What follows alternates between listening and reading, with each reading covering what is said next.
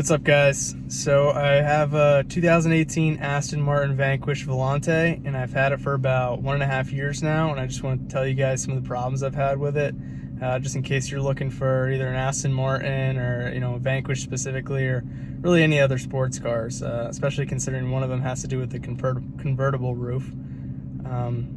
So that could be an issue on other cars as well.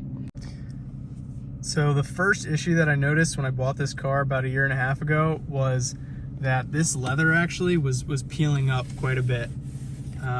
Just apparently from the sun. I bought the car down in Florida, and I don't know how long it was sitting out on the lot or if the previous owner had left it out in the sun, but I was doing some researching online and found some forums, and there was actually an Aston Martin forum from Texas, and a lot of the people were having the same issues with their Astons. They were saying that the leather actually shrinks quite a bit from the sun from factory.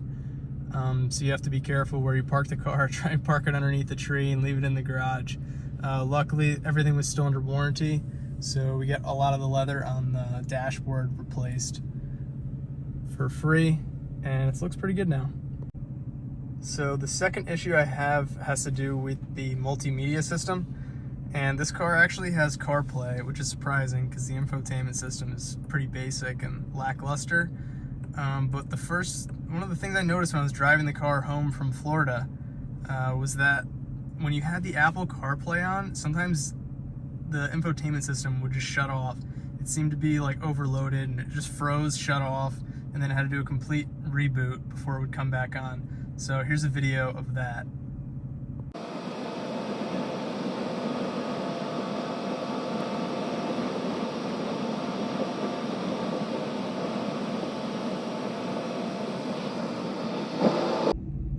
So when I told the dealer about the issue with the screen system there and how it was rebooting and shutting off, they said that they did some sort of hard reboot on it and updated the software, and it seems to be fine now. So I haven't had any issues in at least 6 months, I believe. I think I got it done over the summer, so it's been working ever since.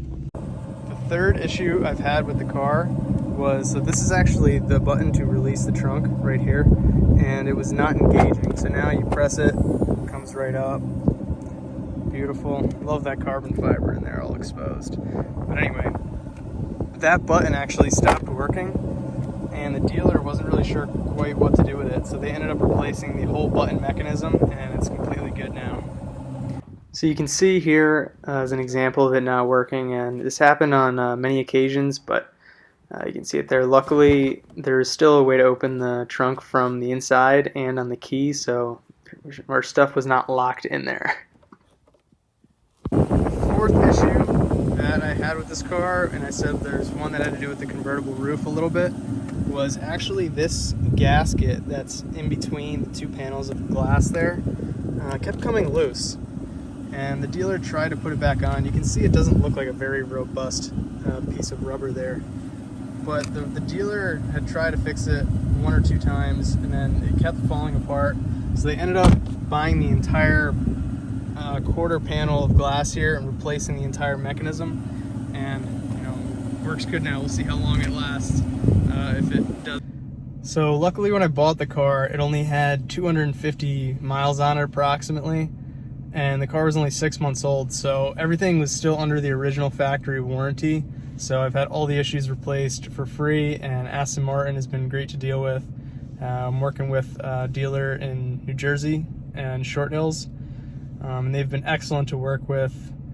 They actually sent up the service manager when we couldn't figure out that trunk button, and he tried and diagnosed it right at our house, and then he realized that it needs to go in, and probably the whole thing needs to be replaced, and it works flawlessly now. So I bought the car with approximately 250 miles on it, and since a 1.5 years ago, I put on about 9,500 miles, driving back from Florida when I bought it, doing some various rallies, and just using it quite a bit. So those are the issues that I've had after over 9,500 miles of driving this car. Hopefully there's no more, but it's still got warranty for a little bit, and hopefully if there's any more issues, we can get those fixed.